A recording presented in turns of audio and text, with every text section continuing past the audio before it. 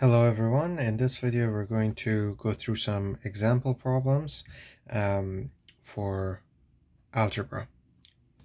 Okay, so here's a worksheet that I've created for you guys. This is what we're going to be going over. There is a number of problems and we'll just walk through all of these. So I'm going to be putting the solutions for all of these on screen. We'll go through the steps together. But of course, I encourage all of you to first pause the video, give any of these problems that you want to try, and then unpause to see the solution. Okay, so like we talked about in the last video, we're going to have to use bed mass here a lot. So question 1 says evaluate the following expressions, and so here we'll use bed mass. I see a bracket here, so 6 times 2, we'll do that first because it's in brackets. So that's going to be 12 plus 4 minus 3. Addition and subtraction, the order doesn't matter. We do things from left to right. So 12 plus 4 is 16, minus 3 is 13. So that's the first one done. Let's look at the second one. So here again, we'll have to do the brackets first. So this will be 10 minus 3 times 4, which is 12, plus 2. 10 minus 12 is going to be negative 2, plus 2 gives us 0. Okay, for the next one, same deal. This time we have 8 plus 2 in brackets. So we'll do 8 plus 2, 10, times 3 minus 5. Multiplication is the next operation that we need to do after brackets and exponents. We don't have any exponents, so we'll go straight to the multiplication. 3 times 10, that's 30, minus 5 is 25. All right, let's have a look at this one. So here we have 15 minus, again, brackets come first. 3 plus 4, that's going to be 7 times 2. Multiplication is the next thing we need to do here. So this will be 15. Now this is negative 7 times 2, which is going to give us negative 14. Another way you could think about this is 15 minus 7 times 2, which is 14. I personally prefer the first way. Okay, now 15 minus 14, that gives us a 1. All right, let's look at the next one. We have 20 divided by, we need to do what's in brackets. So 2 plus 3, 5 times 4. With multiplication and division, like we talked about, we just do things from left to right. So 20 divided by 5, that's 4. And then we have this times 4, which is 16. Okay, so that was, these are the solutions for the first question. Now let's go ahead and, or the first page rather.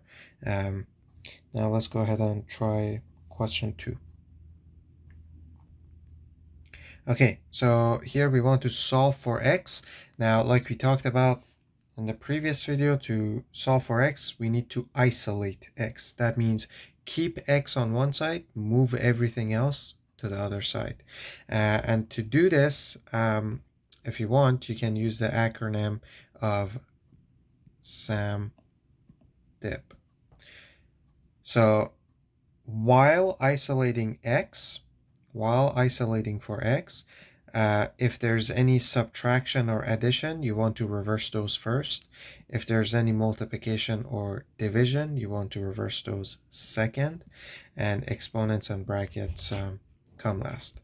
So I see an addition here. The opposite of that is subtraction.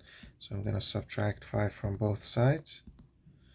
And that's going to give me 4x plus 5 and minus 5 go away. 21 minus 5, so that's 16. Next up is division by 4. because I want to have x by itself, right? So if I divide by 4 on both sides, the 4's go away, and we get x is equal to 4. Okay, next one. Here, what we want to do is, again, isolate x, but because we have x in two separate positions here, we want to collect them up or move them all to one side. So I will subtract 2x from both sides. That's going to give us x minus 7 is equal to 2x and 2x go away, so just 10. Then I'll add 7 to both sides to get x is equal to 17. Okay, so let's have a look at the next one. Here, there's two ways to do this. One thing you can do is you can divide both sides by 2 first. But if you're following the SAMDIB acronym, you might say, well, we have an addition here. How come we don't go through and subtract 4 first? Well, the reason for that is this is actually in brackets, right? The plus 4 is in brackets, so we're going to have to take care of that last, because brackets is the very last item on our list when it comes to solving for x. So I will divide both sides by 2 first and get x plus 4, the 2's cancel, is equal to 16 over 2, that's 8. I'll subtract 4 from both sides, and we'll get x equals to 4. Okay, let's have a look at the next one. So for this one, we see a 5 here. We can't divide both sides by 5 here, or we could, but doing that is not really going to simplify anything for us. It's going to give us a very ugly expression on the right hand side. We have x's in two places again, which means we're going to have to collect all the x's to one side. So what I'll first do is I'll distribute the 5 in.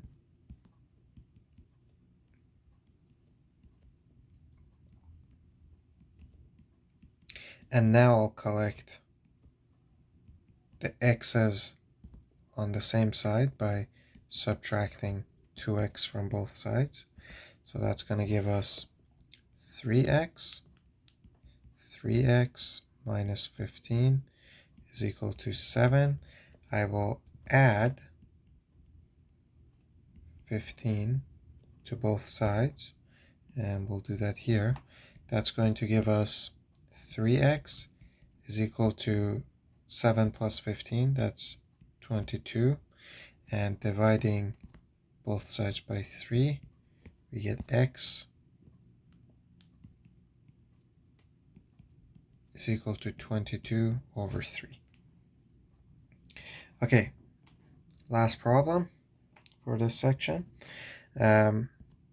So to solve this, again, you might see subtraction and say, okay, that's the first thing on SAMDIB, so we have to take care of that first. But whenever the expression is put in this form, in fraction form, there's implicitly brackets put in here. So you have to imagine those brackets being there. And so again, the minus 5 is in brackets, which means we have to do that last, because brackets are the last item on the list when it comes to SAMDIB. So the best thing to do here is multiply both sides by 3. Why? Because if you multiply both sides by 3, you have multiplication by 3 here, division by 3 here. The 3's cancel out. And you get 2x minus 5 is equal to 4 times 3, 12 on the right side. We're going to add 5 on both sides, and we get 2x is equal to 17. Divide by 2 on both sides, and we get x is equal to 17 over 2. Okay, so let's go to part 3. So here we want to isolate x, but everything is given in variable form now. So we can do exactly what we did in the previous section, except we'll leave everything in terms of symbols. Okay, so to isolate for x, I'll subtract c from both sides here. We'll get a minus c is equal to bx. Divide both sides by b, and we get a minus c over b equals to x, right? B's cancel out. So that's the answer for the first one. Here's the second one. Subtract b on both sides, and we'll get ax is equal to b's cancel, right? Plus b minus b goes away. We'll get ax is equal to c minus b. Divide both sides by a, and we'll do the next step here. A's cancel, we get x is equal to c minus b over a. All right, let's have a look at the next one. So here, again, solving for x, subtract d from both sides. And so we get c minus d is equal to negative bx. To solve for x, we'll divide by negative b this time. And so we'll get c minus d over negative b is equal to x. Whenever dividing by something negative, you can feel free to leave the negative on the side here.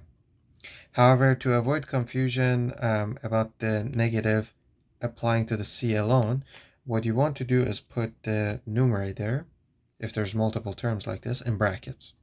Okay, so I'm going to go ahead and rewrite this as x is equal to negative bracket c minus d, close bracket, over b. Let me write that better. Okay, let's have a look at the next one. So this one is going to be nice and easy. All we have to do is a and b are in brackets, so we think of them as one term, one unit. We'll divide by a plus b on both sides. Again, you can just follow SAMDIP for this. We don't have any addition or subtraction because it's in the brackets. The next thing on our list after addition and subtraction when solving for x is division and multiplication. So x is being multiplied by a plus b, so I'll divide it by a plus b. And whatever I do on one side, I have to do on the other side as well. And so this is going to result in these canceling out, and we get x is equal to c over a plus b. All right, last problem for the day. So solving for x here. This is similar to the example we had in the previous section, previous problem, where we had a number on the bottom. And the easiest thing to do there is multiply by whatever you have on the bottom to get rid of the denominator. So if I multiply both sides by c, the c on top and bottom goes away, because if you multiply something by c and divide by c, that's the same as not doing anything at all. So this is just going to give us ax minus b is equal to dc. Now we're going to add b to both sides. And so we get ax is equal to dc plus b. Lastly, we'll divide by a on both sides. And we'll get that the a's cancel, and we have x is equal to dc plus b over a. All right, so that's it for this video. If you have any questions, you can put it in the comment section, and I'll do my best to get back to them. All right, see you guys in the next video.